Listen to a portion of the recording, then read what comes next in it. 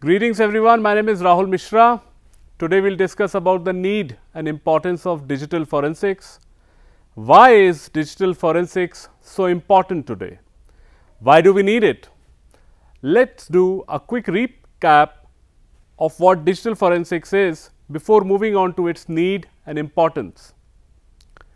Now, digital forensics is a branch of forensics which focuses on the recovery and investigation of material found in digital devices, often related to computer crime. This is what we understood before. The main aim of digital forensics is to preserve any evidence in its most original form while performing a structured investigation by collecting, identifying and validating the digital information for the purpose of reconstructing past events. Internet has rapidly grown since its birth and it's growing immensely and very fast. With its growth, the amount of data is also growing. Most of the daily activities are now done via internet. Organizations are using internet for business expansion.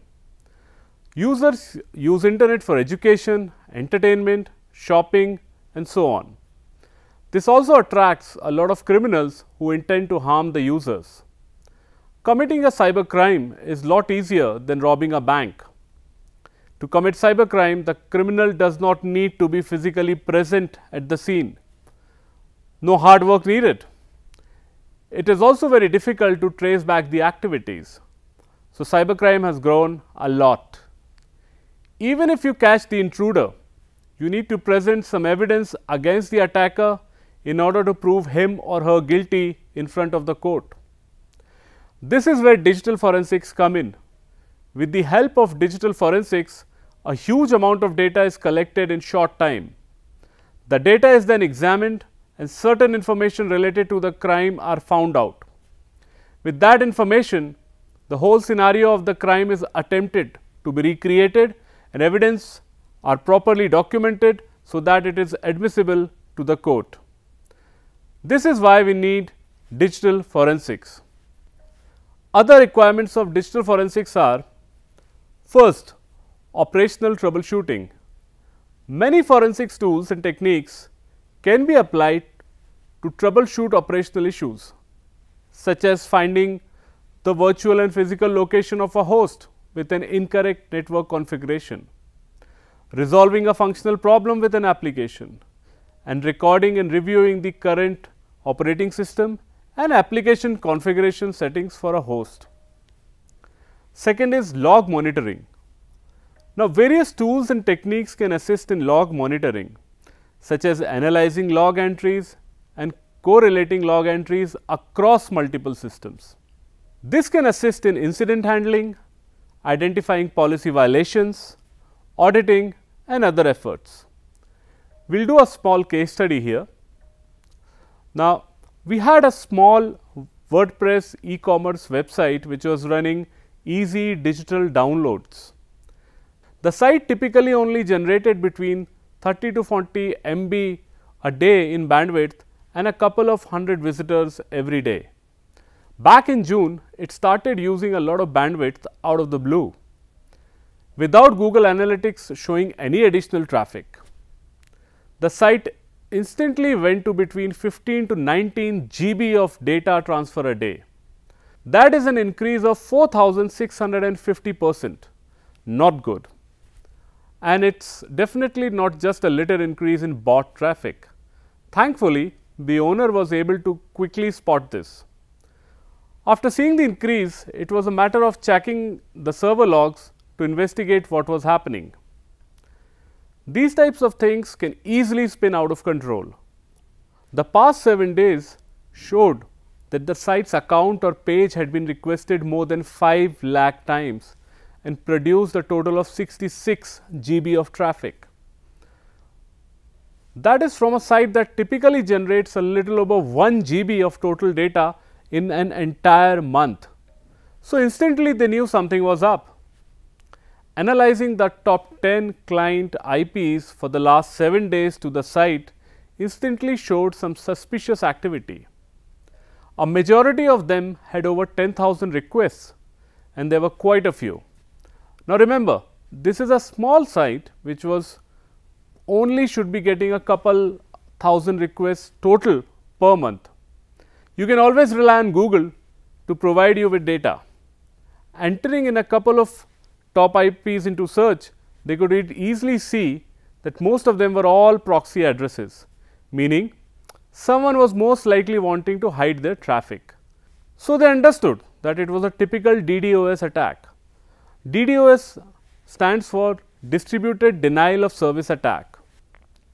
They immediately took necessary measures. Firstly, they changed the site URL to temporarily stop the attack.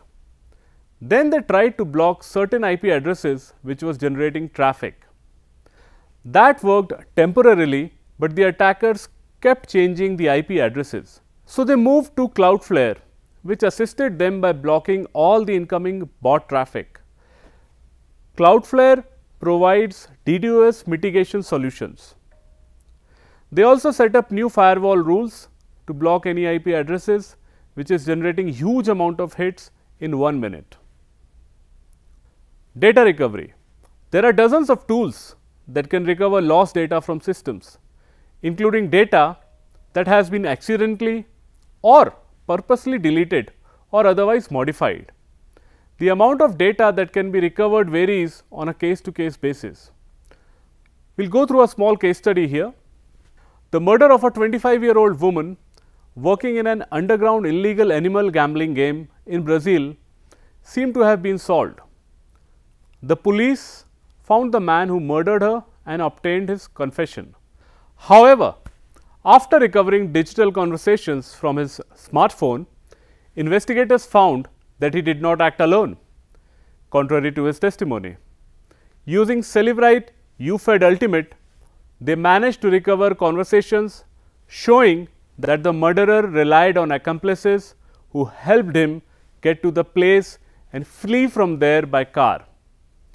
He also had acted on orders from another criminal who was sitting in a prison cell and had been the one that ordered and arranged the murder. This particular conversation was given by Arturo Lira dos Santos, criminal expert of ICP Brazil. Now, we will come to data acquisition. Some organizations use forensics tools to acquire data from hosts that are being redeployed or retired. For example, when a user leaves an organization, the data from the user's workstation can be acquired and stored in case it is needed in the future. The workstation's media can then be sanitized to remove all of the original user's data. Now, we will come to due diligence or regulatory compliance. Existing and emerging regulations require many organizations to protect sensitive information and maintain certain records for audit purposes.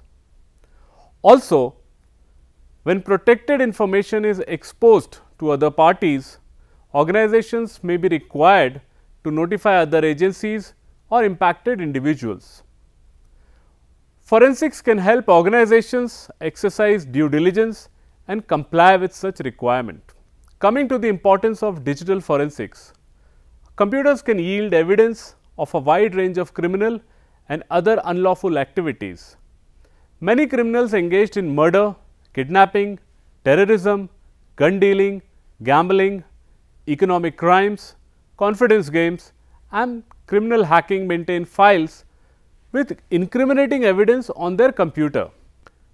Sometimes the information on the computer is key to identify a subject, and sometimes the computer yields the most important evidence. I will give you a small demo of Balak Advisor here. We will show how we audit a system using Balak Advisor. This software scans the content of the registry to generate a human readable report of the system, which includes hardware specifications, which includes software specifications and much more. In order to use it, we double click on Balak and provide with all the necessary permissions. After that, here it might ask for checking updates. We click on No. Then it will start scanning the system It takes a while to complete the system scanning process. In our case, it took 3 minutes. Now, it asks for the permission to scan the local network. If you want to scan it, you can leave it as it is, or else you can skip the step. So, it has generated a report. It is time to take a look at the actual PC inventory it produces. As you can see, the top portion of the inventory page displays information about the machine's hardware and its operating system.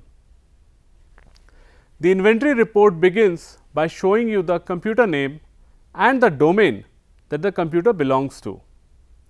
As you can see, we are using a computer named laptop, followed by a unique set of characters that exist in a group named as work group.